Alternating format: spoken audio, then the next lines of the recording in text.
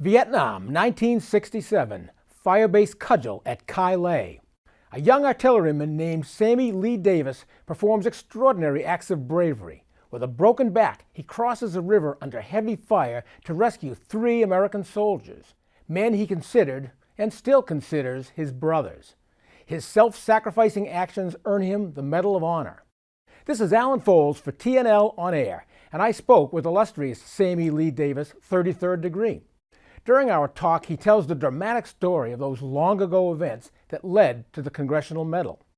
We talk about his personal background to discern exactly who is Sammy Lee Davis. And we talk about the new Veterans Recognition Pin named in his honor. On a lighter note, we touch upon the fact that his awards ceremony with President Johnson made its way into a famous motion picture, but with a twist. We open with Brother Davis talking of his family's extensive military history.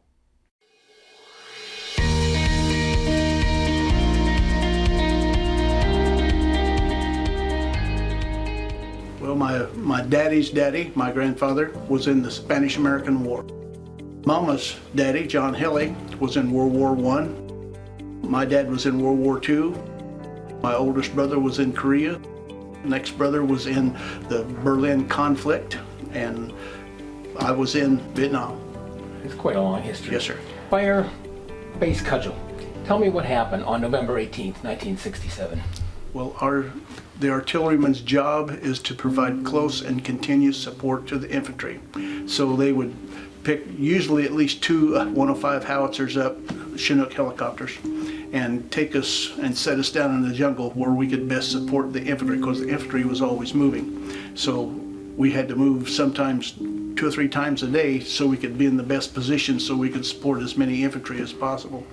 And they picked us up early in the morning. We landed probably by 8 o'clock in the morning. We were set up, and immediately we started firing because the infantry was really getting hit hard. And we fired as fast as we could, literally as fast as we could load the howitzer all day. And then that afternoon, the enemy finally broke contact, and we were able to stop and try to clean our gun up a little bit, because we'd just been throwing the expended shells, all around. And that's when a helicopter landed, and the colonel got out and gathered us. We had 4 guns on that operation, and gathered us and said, we wanted to tell you that the opportunity of you getting hit tonight is 100%, because we flew over the enemy coming in to land here. What he didn't tell us was that it was a reinforced North Vietnamese battalion of NVA. Extremely serious. Oh, yeah. So we tried to prepare as much as possible, and at 2 a.m. the next morning is when they hit us. And they started rushing us. 150 to 250 at a time would come, mass assault wave running at our position. What happened later in the morning?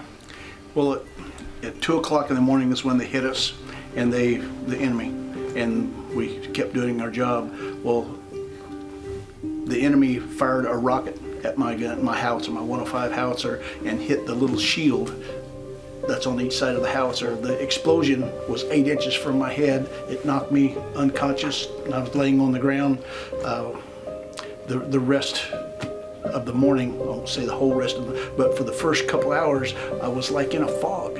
My head finally started clearing up a little bit, and I started realizing that those weren't just pretty lights in the air, that those were tracers. That's how many of the enemy was there, and it just made me even more serious, and I kept trying to do my job. I did for my brothers what I knew they'd do for me.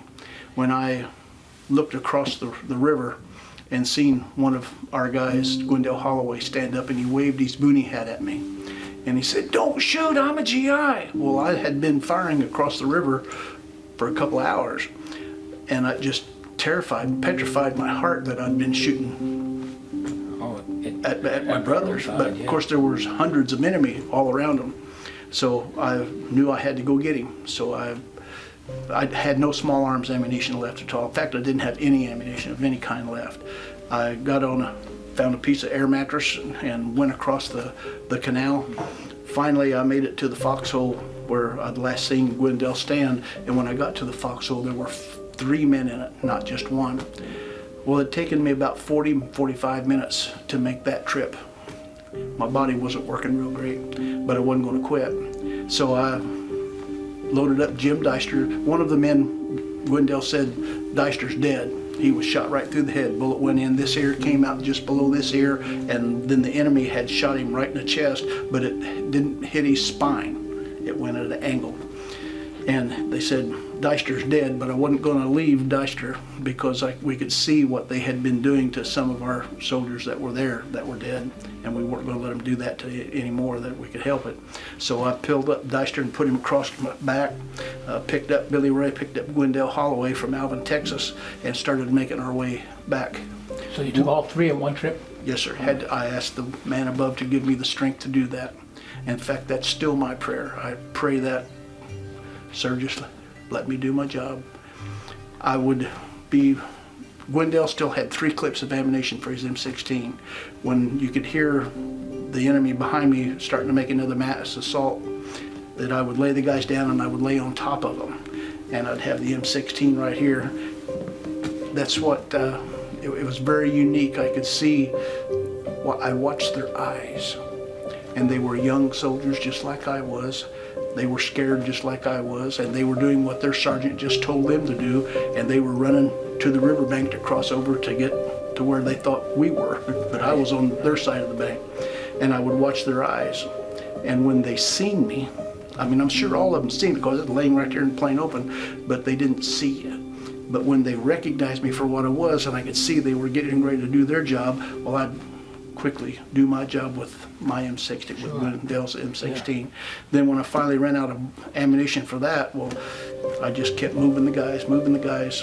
Finally got to the riverbank. I put Jim Deister on the air mattress. He was dead, but I wasn't going to leave him. And I brought him across. Frank Gage jumped in and got Jim Deister, and I went back across. Billy Ray and Gwendell could both hang on to that little piece of air mattress, and I ferried them back across.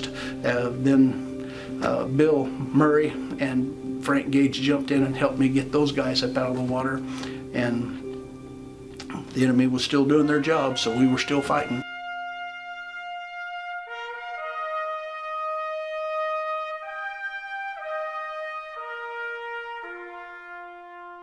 After that, you were promoted, and then later you were awarded the Medal of Honor. Describe the scene at the White House. That must have been amazing. As I was standing there in front of the president, my knees were shaking so bad I thought I was going to fall down. In fact, later my mama said, "Son, your legs were shaking so bad I thought you was going to fall down." I said, "Me too, Mama." But they didn't. I kept doing my job. A couple of minutes ago, you made reference to a movie that you appeared in. I think it was an Oscar-winning movie. At least most of you appeared in the movie. Yes, sir. Tell me a little bit about that. I am the real Forrest Gump. Real Forrest When Gump. the president is putting the Medal of Honor around Forrest Gump in the movie, that is my actual footage from when President Johnson awarded me the Medal of Honor, and they simply put Tom's face over my face in the movie. How have the tenets of the fraternity shaped your life and your way of thinking? Or was it the other way around? Did you seek out an organization that aligned with the way you thought? Because of my family and everything that they had tried to teach me about the Masonic Lodge, I knew that's where I wanted to be. I wanted it in my heart. And the older I got, the more important it was. In 2018, at the Indiana Council of Deliberation, Sovereign Grand Commander Glatley awarded the first Peace and Freedom Award to Brother Sammy Lee Davis.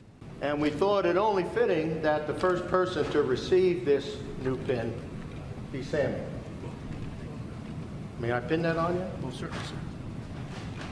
All members of the Northern Masonic jurisdiction who served in either active guard or reserved armed forces, or members of the uniformed services, are eligible for this recognition. It's the Sammy Lee Davis pin. Wow. Peace and Freedom. Sammy Lee Davis Peace and Freedom Award. How do you feel about that? That touches my heart in a special way. It reinforces what I believe that I've been trying to do right all these years, and will continue to inspire me, and I hope will inspire others to always stand up for what you believe is right.